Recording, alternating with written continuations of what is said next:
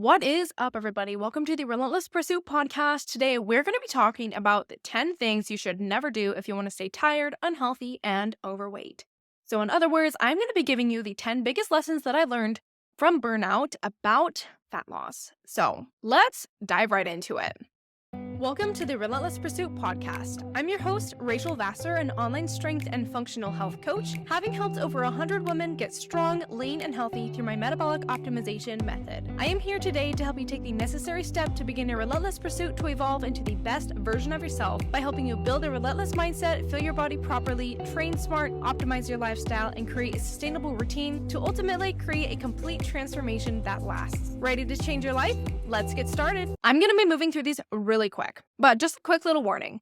You may just become the best version of yourself if you follow these tips. Alrighty. So the first tip here, more is not always better, okay? In fact, it could be ruining your health. The reason that it could be ruining your health is because pretty much just increased stress on your body, okay? Stress is the biggest cause of chronic disease, dysregulated hormones, inflammation, and pretty much any other issue that you could think of, okay? So we love going to the gym, we love eating healthy, but there is a fine line between good enough and too much, okay? So definitely make sure that you don't cross that line because even the healthiest of actions could turn unhealthy, okay? Second one is you need to sleep, okay? This is the number one cause of burnout. Dysregulated circadian rhythm is the number one cause of burnout because when you get stressed or work really hard, this is always the first one to go. Always the first one to go, okay? I know so many people who brag about getting like 4 hours of sleep or 5 hours of sleep every single night. And I'm like, yo, chill out, okay? You need more sleep than that. And I know you can get more sleep than that because I used to be that very busy girl who thought that I couldn't sleep enough. But really, I was scrolling on social media, not prioritizing sleep. Maybe I didn't have a consistent sleep routine, even though I could have. I was still waking up at like 4 a.m., but I could have gone to bed earlier, even though I didn't. I just wasn't prioritizing it, okay? But I know you can. All right. I know no matter how busy you are, I know that you can. So aim to get consistent sleep, aiming for 7 to 9 hours. I don't care. Again, I do not care how busy you are. I know you can prioritize your sleep if you're going to prioritize anything. Anything. If you're going to prioritize literally anything, prioritize this one. Okay, you guys? Nice. Sleep should always come first. Okay? Always. Next thing is recovery and rest is as important as training itself. Okay? Obviously, there's a lot of reasons for this, but the biggest reason is because it helps rebuild muscle tissue. And if you don't recover enough, then pretty much your muscle is just going to be damaged, more damage, and it's not going to have the ability to recover. And then you're going to run into injuries and joint pain and then eventually nerve issues and honestly just a whole host of things that you don't want. Chronic fatigue, your cortisol is going to go crazy, and then that's going to lead to, weight gain, that's going to lead to you to be very unhealthy. And honestly, it's just a cascade of events that you don't want to happen, okay? So make sure that you rest and recover, all right? Very important, okay? Definitely don't, I get with anything, you guys. There's a fine line between everything, okay? Make sure that you're not resting and recovering too much because then that just turns into being lazy. But then also make sure that you're having an appropriate balance between exercise and stimulus and rest and recovery, okay? Next thing is you need to set boundaries for yourself or you'll totally be overwhelmed with too much to do and too much on your plate, okay? A few things that I recommend doing. First, don't put too much on your plate, okay? If you're one that typically puts too much on your plate, maybe talk to someone who tends to help you understand what you can do with your current lifestyle and ask them if it would be okay for adding this next thing that you want to do. Because I know it's really easy to just keep taking on things, being idealistic about yourself. And then suddenly you have too much on your plate. You're getting super overwhelmed, super stressed, and then it just goes down from there. So a few ways to help maintain your boundaries other than that is don't work past your bedtime, okay? Have a bedtime boundary. This is something that I've been working really hard on doing the latter part of this year because I was really bad at working really late into the night, and sometimes I still am. But, making sure that this goes in line with prioritizing your sleep, but making sure that you're not working past your bedtime or past end of work time is really important. I say past bedtime because because I'm a business owner and I work at my home. So it's really easy for me to just work all day and then all night. So, making sure that you're having a stop time for when you're going to be done working is really important. Next thing, learn to say no. That's honestly really important. Please do not say yes to everyone, everything, because again, with on the same lines of putting too much on your plate. If you say yes to everything, you'll be putting too much on your plate and you'll become very overwhelmed. If you say yes to like every outing occasion when honestly that's just not going to serve you or your goals, that's going to make you feel very guilty, make you feel bad. It's not You're not going to have a very good time when you're out with your friends. So making sure that you're prioritizing time out with your friends and making sure that you're mentally ready and you have the emotional capacity to do that, that's definitely also really important. So make sure that you know when to say no and when to say yes. And honestly, say no more than you say yes. For real. Next thing, don't entertain relationships that bring you down. This honestly, like if we're talking about, staying consistent with your goals, becoming the best person that you want to be, entertaining relationships that just bring you down is not good. Whether it be someone who talks behind your back, constantly criticize you, doesn't believe that you'll be able to achieve your goals, doesn't support you in your goals. Honestly, just let this go because this is not something that's going to be serving you to become the person that you want to be. Obviously, I know circumstances are different, so this is just general advice. Make sure that you do whatever is right for you, right? But make sure that you have supportive relationships with people who are supporting your goals, supporting what you want to do to achieve your goals, supporting the lifestyle that is necessary to achieve your goals, and don't criticize you about it. Next thing, stay off your freaking phone, man. Okay. If you're gonna do anything, just get off your phone, okay? No more scrolling on social media, TikTok, Instagram, those reels that can get you sucked in for an hour. Just don't do it, okay? There's one thing that I use actually, it's called one sec. You can set it up pretty much. It like acts as another boundary between Instagram. So it like has this little like breathing thing. You have to like wait and then you have to set an intention for getting on your phone. It's honestly really annoying. It keeps me off of it most of the time when I'm not working. But that way you're able to be honest about why you're getting on Instagram. And then you can also have it like send you notifications, let's say like 5 or 10 minutes into like being on Instagram, being like, get off your phone, right? If you don't want to spend an hour on your phone, it kind of just acts as like an outward trigger in order to help you not, just scroll for hours and hours, right? Next thing, let go of things that are not in your control. This kind of goes more into like stress management, but also in setting boundaries. Try not to control things that are not in your control because that's just going to leave you feeling very tired. That's going to leave you feeling overwhelmed, stressed, anxious. It's not going to be a fun time. So make sure that you identify the things that you're stressing about that aren't in your control and seriously just let go because there's nothing you can do about it, anyways. All right. Next thing, listen to your body's warning signs, okay? Making sure that you're listening to your body is extremely important. Some warning signs that you're having hormonal imbalances could be or overstressing your body, could be fatigue, gut issues, brain fog, pain, injuries, sickness, or sleep problems. These were warning signs that I personally noticed. There are a lot of different warning signs that you can see, but those are just a few examples. And if you're having these, definitely pay attention to them, okay? Because you shouldn't be working through pain. If you're constantly having injuries, there's an issue.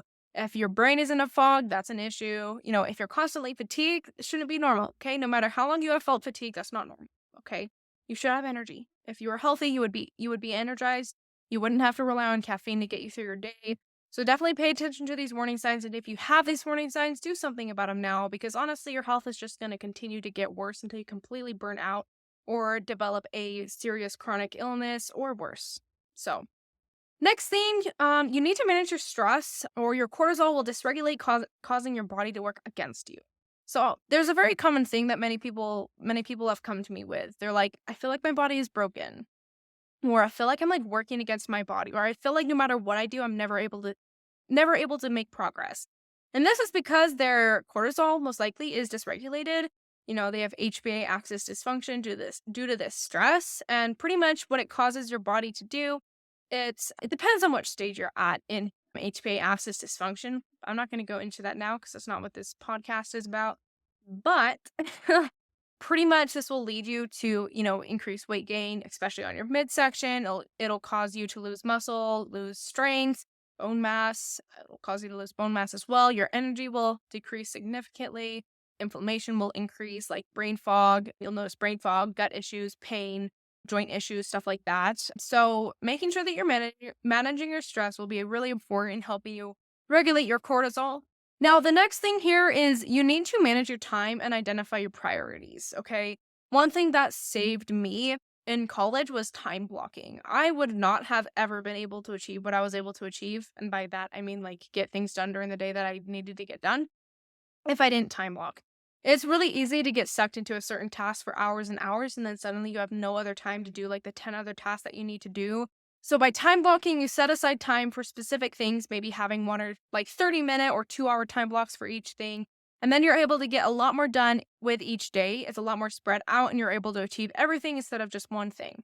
So, another thing along with this, again, with managing your time, is identifying your priorities because you need to make time for your priorities. So, identify what's important to you, your values, and what will support you in achieving your goal. And if something is not important to you and it's not going to support you in achieving your goal and it's not related to your health, then let go of it, okay? But one thing that should always be your priority, I don't care how busy you are, is your health. Because if you don't prioritize your health, you won't be able to achieve in, maybe if you're in school or in your career because your health is going to suffer, okay?